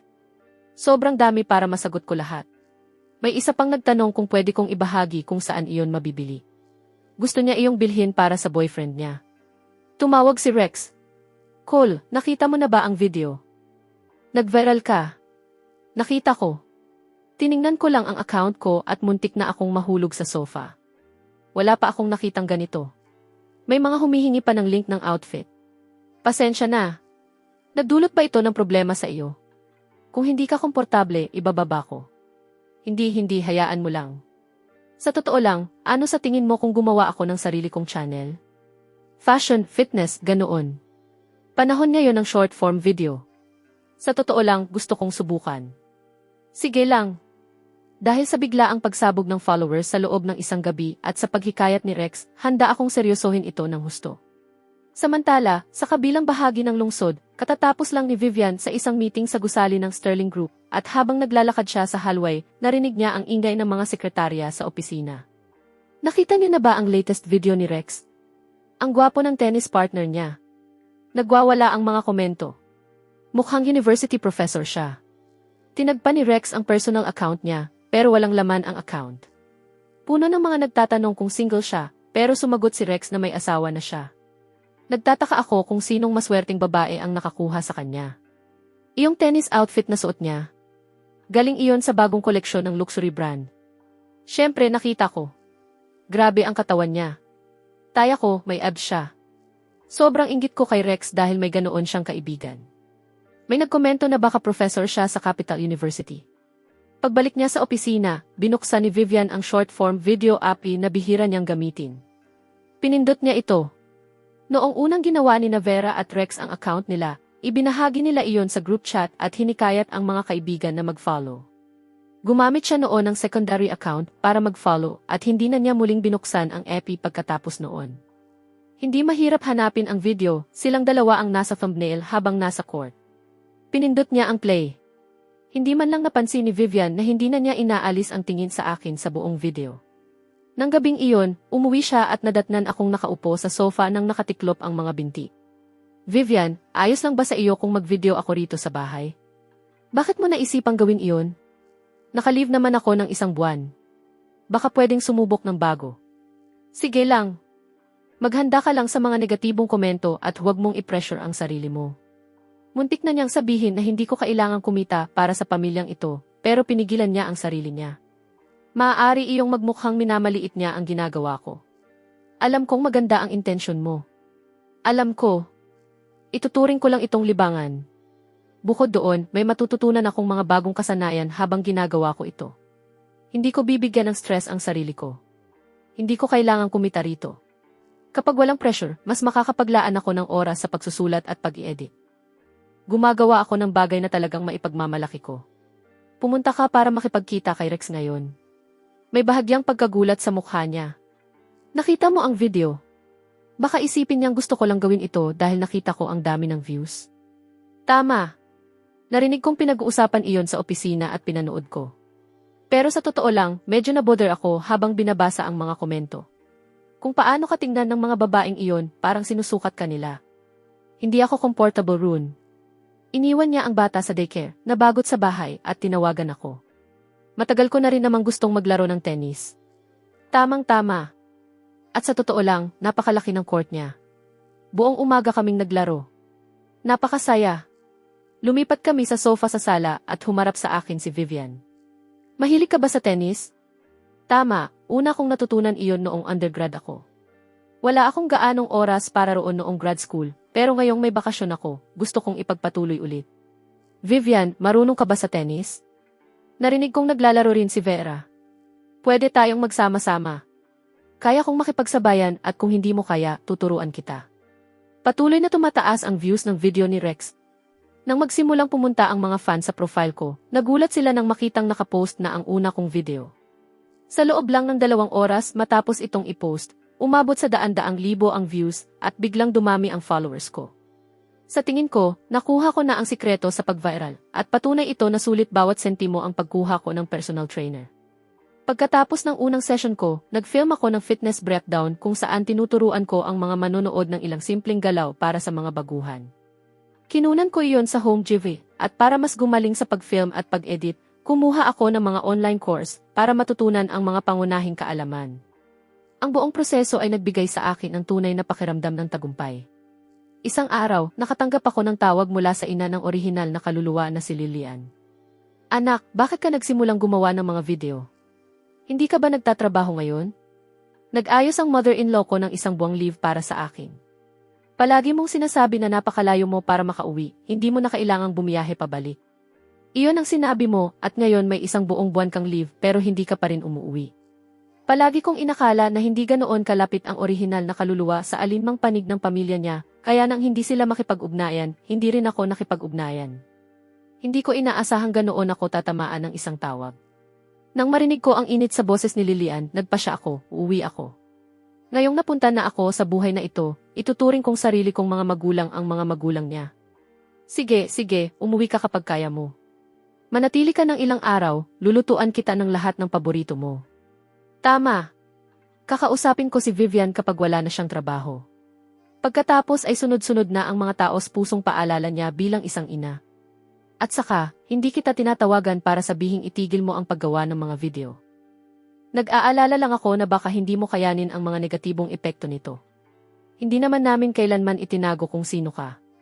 Sa internet, ilang minuto lang, pwedeng hukayin ng mga tao ang lahat tungkol sa iyo. Naisip mo na ba kung paano mo haharapin iyon? Mom, kaya ko ito. Hindi naman nakakahiya ang kilalanin bilang isang tao mula sa isang prominenteng pamilya. Wala namang eskandalong kailangang itago. Ano bang dapat kong katakutan?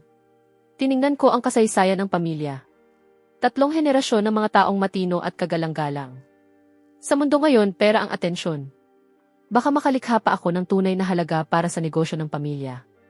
Baka makakuha pa ako ng mas malaking bahagi sa mga dibidendo. Tumawag naman si Dad Marsh. Anak, gaya ng dati, gawin mo lang ang gusto mong gawin.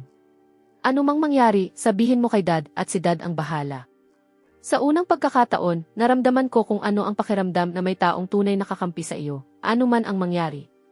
Hindi kailanman kinulang sa pagmamahal ang orihinal na kaluluwa. Pagkatapos, may dumating na mensahe mula sa isang babae na lumalabas na half-sister ko. Magaling ang mga video mo, nakababatang kapatid. Kailan ka magpo-promote ng ilan sa mga produkto ng pamilya? Hindi ko naman pwede, walang-wala ang numbers ko kumpara sa mga totoong celebrity. Isang live stream lang ng isang sikat na influencer, pwedeng umabot sa daan-daang milyon ang benta. Ipinaubaya ko na iyon sa mga eksperto. Ibigay mo sa akin. Isang salita lang mula sa ate mo, ayos na. Binanggit din niya na may taong tahimik na nagpoprotekta sa personal na impormasyon mo online. Huwag kang mag-alala. Ayos. Salamat. Tinawagan ako ni Theo para iayain akong maghapunan. Auntie May, niyaya ako ni Theo na maghapunan ngayong gabi. Hindi na ako kakain sa bahay. Dapat ipaalam ko rin kay Vivian. CJ, huwag kang magpuyat sa labas. Umupo ka, umupo ka. Nagpa-order ako ng maanghang na butter broth at tomato broth, paborito nating dalawa. Wala pang 10 araw, pero tingnan mo na ang itsura mo. Grabe ang eyebags mo. Huwag mo nang simulan. Pumasok na sa 2-month fasting phase ang baby. Sobrang nakakapagod. Nagpapalitan kami ng nanay ko at ng yaya sa pagpupuyat buong gabi, halos wala na akong tulog. Kakauwi lang ng asawa ko mula sa business trip niya ngayong araw. Iniwan ko sa kanya ang baby at sa wakas ay nakalabas ako ng bahay matapos ang ilang araw. Ganoon ba talaga ang 2-month fasting phase? Lahat ba ng baby dumadaan doon? Hindi lahat. May mga baby talagang mas nangangailangan ng atensyon kaysa sa iba. Sinasabi ko sa iyo, tapos na kami ng asawa ko pagkatapos ng isang anak. Uy, nakalive ka nitong mga nakaraan. Bakit hindi pa kayo nag-honeymoon? Abala ang kumpanya ni Vivian. At sa totoo lang, sa tingin ko ayos lang na hindi muna kami pumunta. Medyo awkward kung sabay kaming aalis ngayon. Napahalakhak siya. Nakakatawa ka.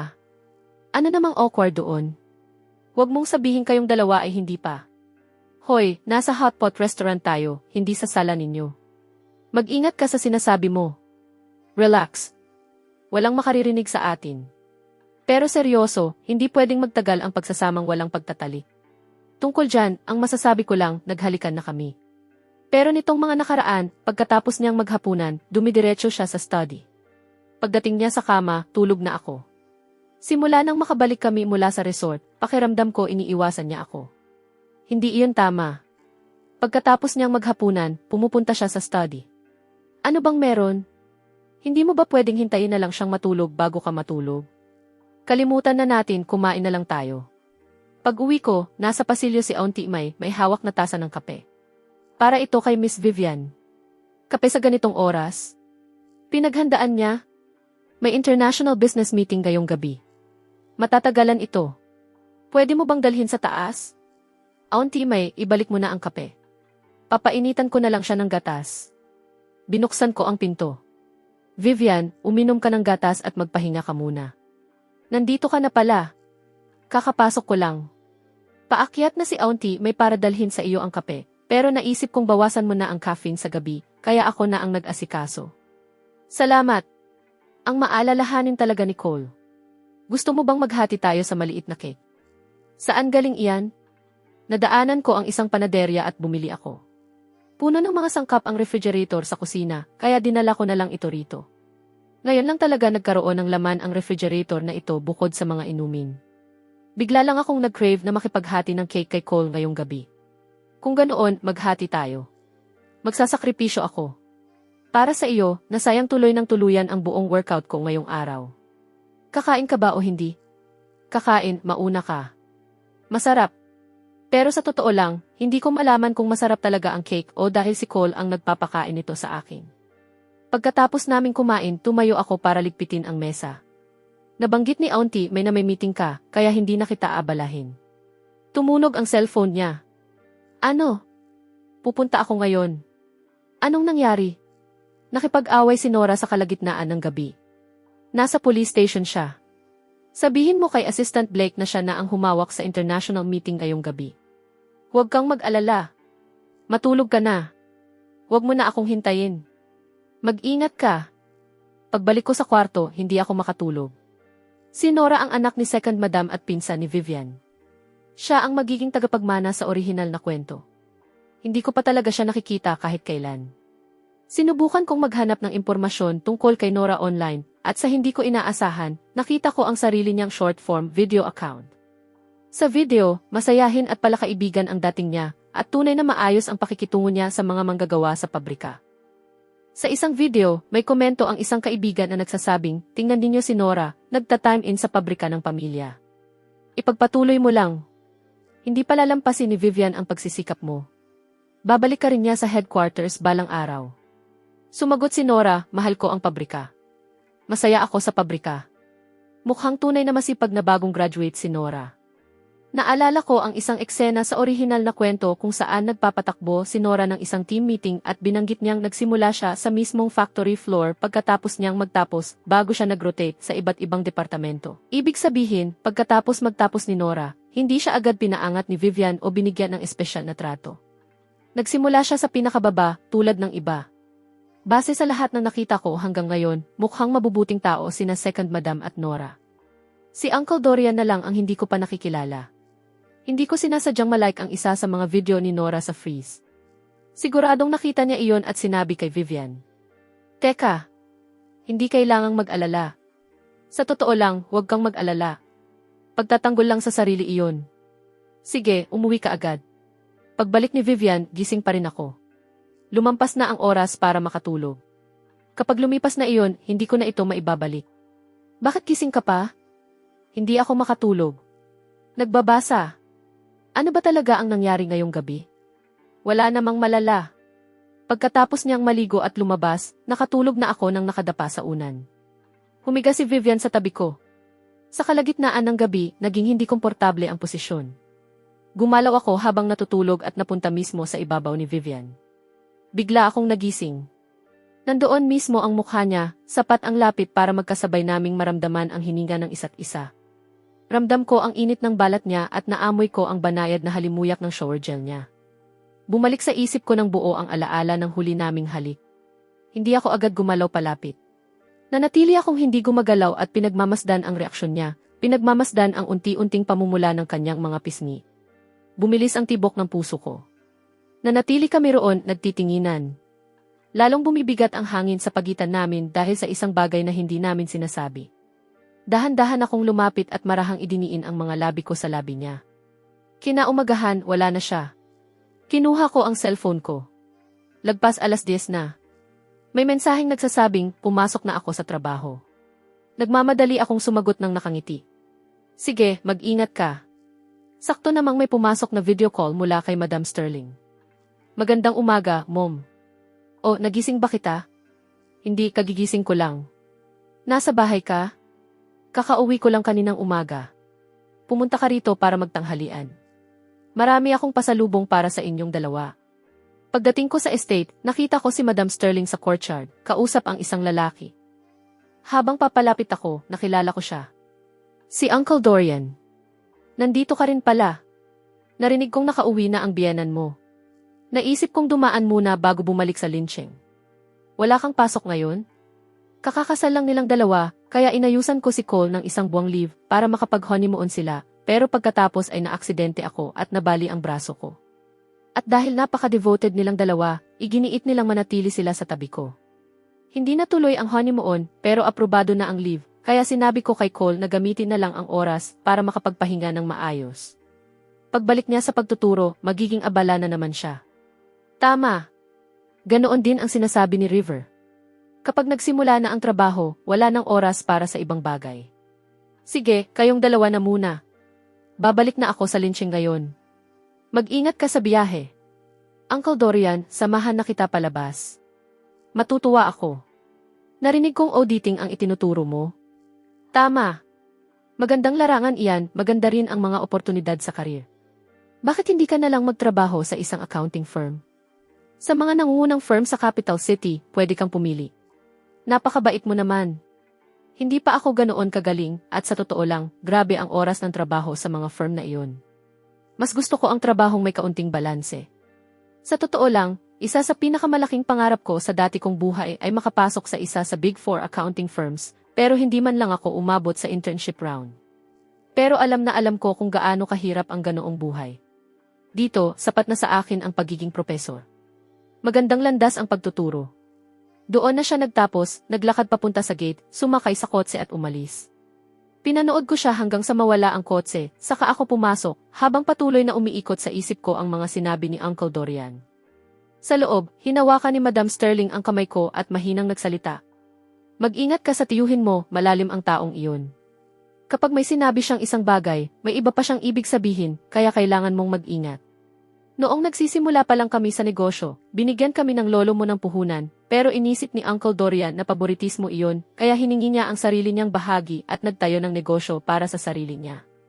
Nang maging matagumpay ang negosyo namin, higit sa lahat dahil tahimik kaming sinuportahan ng lolo mo sa likod ng mga eksena, bigla namang hiningi ni Uncle Dorian ang kalahati ng kumpanya. Malubha noon ang sakit ng lolo mo, at ayaw ng tatay ni Vivian na magkawatak-watak ang pamilya. Ayaw niyang mamatay ang matanda na may alitan sa pamilya, kaya pumayag siya. Pagkatapos, tahimik na inilipat ni Uncle Dorian ang kalahati na iyon sa Verdant Holdings at tuluyan ng humiwalay, palagi niyang sinusubukang patunayan na mas magaling siya kaysa sa amin. Pero matapos ang lahat ng taong ito, halos walang naging pag-unlad ang Verdant Holdings. Ang pagbisita niya ngayon ay walang ibang pakay kundi pilitin akong kumbinsihin si Vivian na ibigay ang isang bahagi ng mga proyekto namin. Kalmado siya kung kumilos, pero malalim ang mga pakana niya. Talagang kakaiba ang taong iyon. Ano bang karapatan niya sa mga proyekto namin? Iginiit pa niyang ilagay si River sa headquarters ng Sterling Group. Ayaw ni River noon, kaya inayusan siya ni Vivian ng posisyon sa resort. Kanina lang, paulit-ulit na sinisingit ni Uncle Dorian kung gaano kaabala si River sa resort. Puro patama lang iyon kay Vivian dahil hindi nito isinama si River sa pangunahing kumpanya. At noong unang nagsimulang mag-intern si Nora sa pabrika, walang tigil din ang reklamo niya tungkol doon. Ang dami talagang pakana ng taong iyon. Wala akong lakas para isa-isahin pa. Sige na, tama na iyon. Mag-ingat ka lang palagi. May matanda akong kaibigan, nagtatrabaho sa auction house ang anak niya. Pumunta ako sa isang auction kahapon at may nabili akong ilang piraso. Buksan mo ang kahon at tingnan mo. Ingatan mo. Isuot mo kapag may okasyon o itago mo lang. Hindi nawawala ang halaga ng mga iyan. Kitang-kita naman. Talagang buong puso at taimtim na mahal ako ni Madam Sterling. Alam kong mabuti kang bata, pero hindi ka pwedeng araw-araw na nakaupo lang dito kasama ko. Lumabas ka at may gawin ka naman. CJ, magpahinga ka rito sa bahay. Babalik ako bukas para dalawin ka. Nang hapong iyon, nagpasya akong lumabas para magsanay magmaneho. Naisip kong dapat matuto rin akong magmaneho papunta sa trabaho balang araw, pero hindi pa ako nakakalayo nang may bumangga sa likod ng kotse ko. Anong klaseng pagmamaneho iyan? Marunong ka ba talagang magmaneho? Bumaba ang kabilang driver. Hi, ang gwapo mo naman. Pwede bang makuha ang number mo? Ayusin na lang natin ito ng tayo-tayo. Ako na ang sasagot sa lahat ng gasto sa pagpapagawa. Halos hindi ko man lang naramdaman ang bangga sa loob ng kotse at wala naman akong nararamdamang kahit ano. Hindi ko siya pinansin, umikot ako para tingnan ang likod ng kotse at nakita kong may malalim na yupi sa isang bahagi. Huwag nating ayusin ng tayo-tayo lang. Tumawag tayo ng pulis. Hayaan nating ang mga traffic officer ang mag-asikaso. Mukha ba akong bagong silang? Kapag tayo-tayo lang ang nag-ayos, malabo ang lahat at pwedeng humantong sa kung ano-anong problema sa susunod. Mabilis na dumating ang mga traffic officer at pinapunta kami sa isang ligtas na lugar para doon ayusin ang sitwasyon. Lumabas ang desisyon, ang kabilang driver ang may buong pananagutan. Huminto ang isang kulay abong kotse sa harap namin. Cole, ayos ka lang ba? Ayos lang ako, siya ang napatunayang lubos na may kasalanan, tapos na ring asikasuhin ng mga officer ang lahat. Paano mo nalaman? Sinabi sa akin ni River. Nag-alala ako, kaya kinailangan kong pumunta. Ang bilis talaga ng bibig ni River. Nabanggit ko lang iyon nang sumagot ako sa mensahe niya, tapos agad niyang sinabi kay Vivian. Wala namang seryoso, hindi mo kailangang magmadali, kaya ko naman iyon. Sumakay ka sa kots ko, si Steward sorry na ang bahala sa iba. Pagkatapos ng mga officer at maibigay sa amin ang kani-kanyang papeles, humarap sa akin si Vivian. Simula ngayon, si Driver Leon na ang maghatid sa iyo.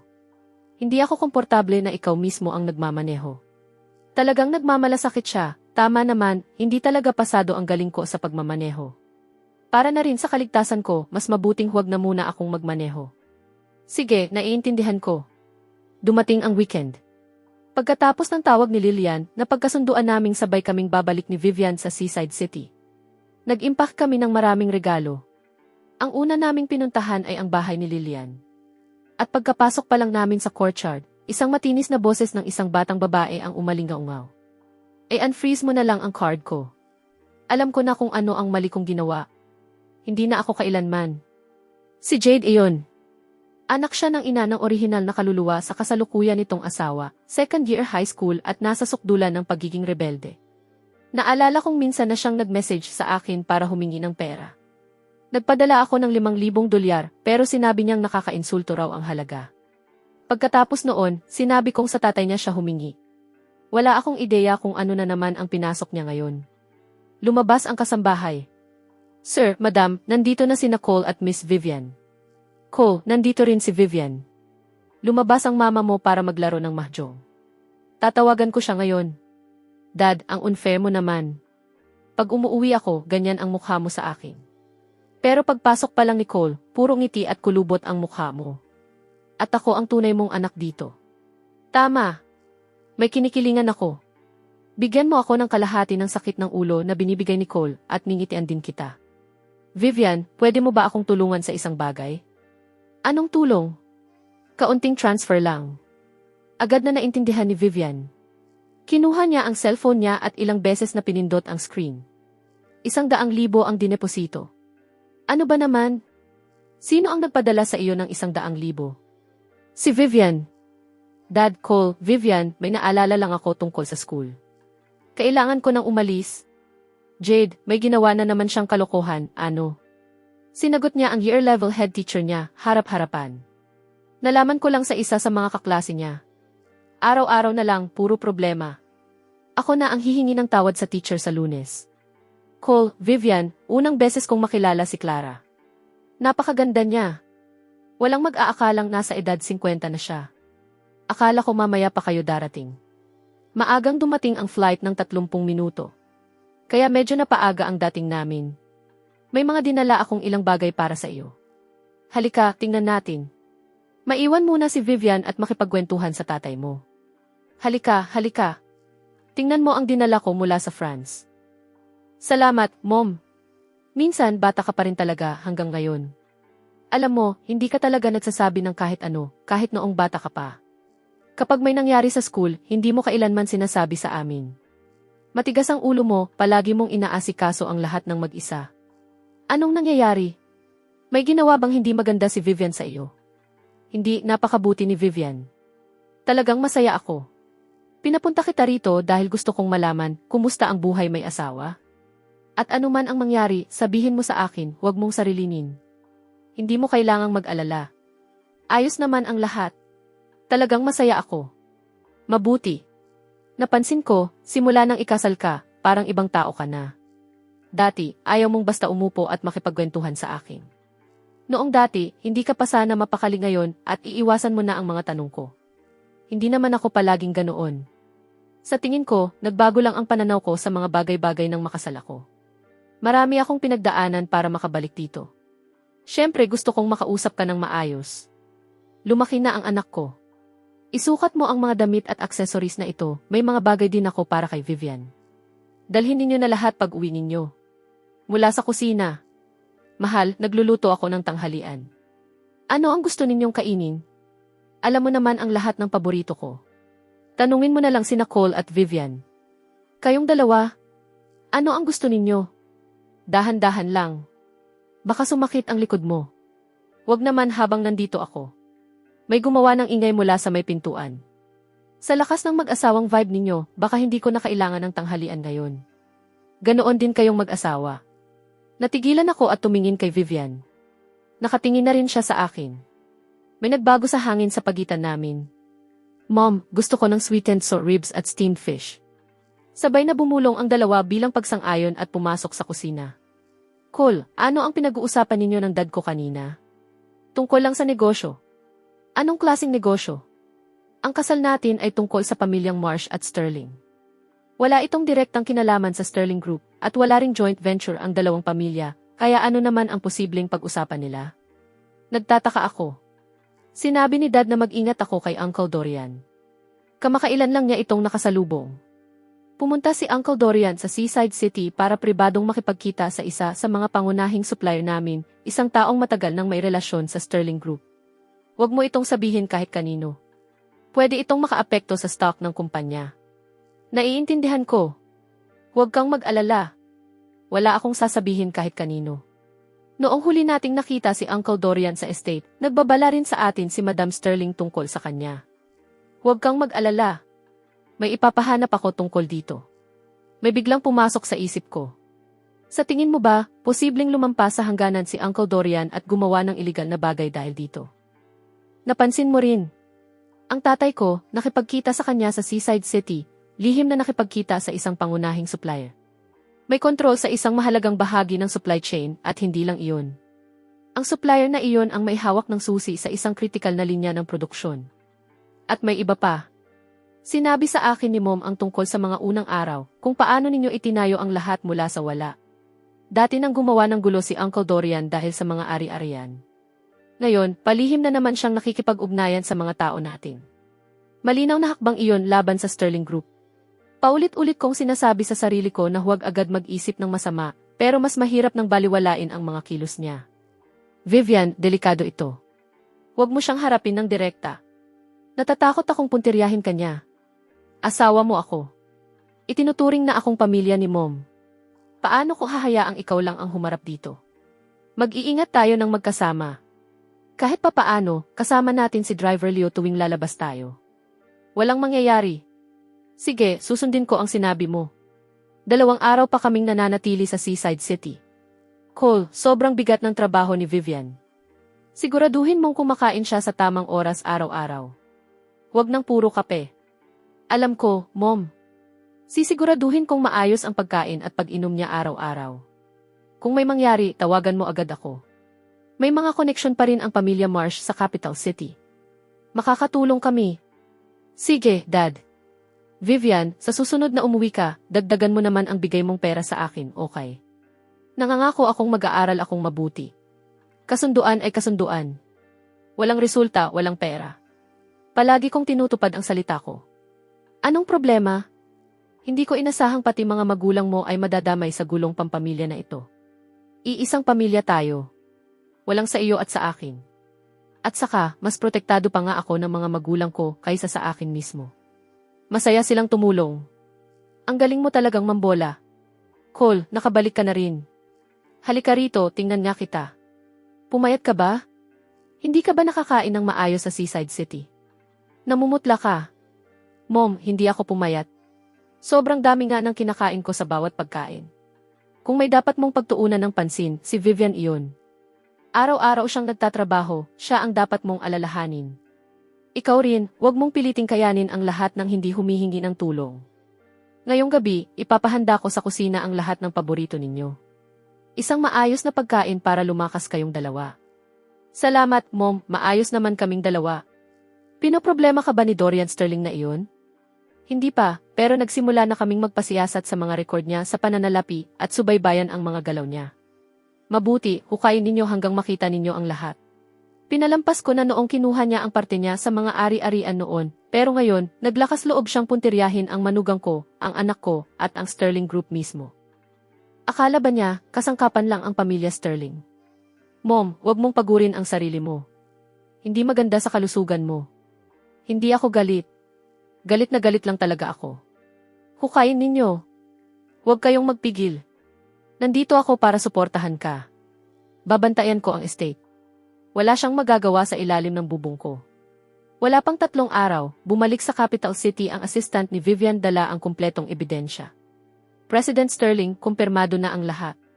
Inilihis ni Dorian Sterling ang $300 milyong mula sa sangay ng Lynching para bayaran ang mga personal niyang utang at nakipagsabwatan sa mga kalabang kumpanya para maagaw ang proyekto sa Key West District. Pawang mga krimeng pinansyal lang ba? Hindi. Pinakialaman din niya ang brake line ng regular na sasakyan ng kumpanya mo para magsagawa ng planadong aksidente. Kaya pala na aksidente si Assistant Reed. Planado pala ang lahat. Ipaalam sa lahat ng miyembro ng board. Magkakaroon tayo ng emergency meeting bukas ng 10:00 ng umaga. Huwag kang matakot. Kasama mo ako bukas. Hindi ako aalis. Dorian Sterling. Pang-aabuso sa posisyon. Paglustay ng pondo ng kumpanya. Planadong pananakit sa presidente ng kumpanya. Kumpleto ang ebidensya. Simula ngayon, bawi na ang lahat ng posisyon niya at isasagawa ang kaukulang legal na proseso. Kasinungalingan iyan. Pananadya lang iyan. Paninirang puri iyan. Kung paninirang puri iyan o hindi, hukom ang magpapasya. Nakarating ang balita sa estate. Vivian, anong karapatan mong ipahuli ang asawa ko? Wala namang ginawang masama ang pamilya namin sa iyo, walang utang na loob ka. Sa lahat ng ginawa niya. Sa pagpaplano niyang saktan ang anak at manugang ko. Isa pang salita at isasama ka rin para imbestigahan. Tapos na ang lahat. Mula ngayon, wala nang makakasakit sa iyo. Salamat. At salamat din kay Mom. At paano naman si Nora? Ano ang gagawin mo sa kanya? Wala siyang kinalaman sa lahat ng ito. Palihim pa nga niyang hinikayat ang ama niya na tumigil. Matalinong bata siya. Mananatili siya sa Sterling Group para magsimula mula sa pinakababa. Kikita niya ang posisyon niya sa sarili niyang paraan. Hindi siya dapat managot sa kasalanan ng iba. Tama ang ginawa mo. Bumalik na ako sa paaralan at nagtuturo na ulit. Professor Marsh, nakabalik ka na rin. Naging maliit ang isip ko at may mga nasabi akong hindi dapat. Maling-mali ang naging palagay ko. Sana huwag mo itong dibdibin. Ayos lang. Mga katrabaho tayo. Tapos na ang nakaraan. Salamat, Professor Marsh. Kung may kailangan ka, sabihin mo lang. Tumunog ang kampana sa pasilyo. Professor Marsh, ang linaw mong magpaliwanag.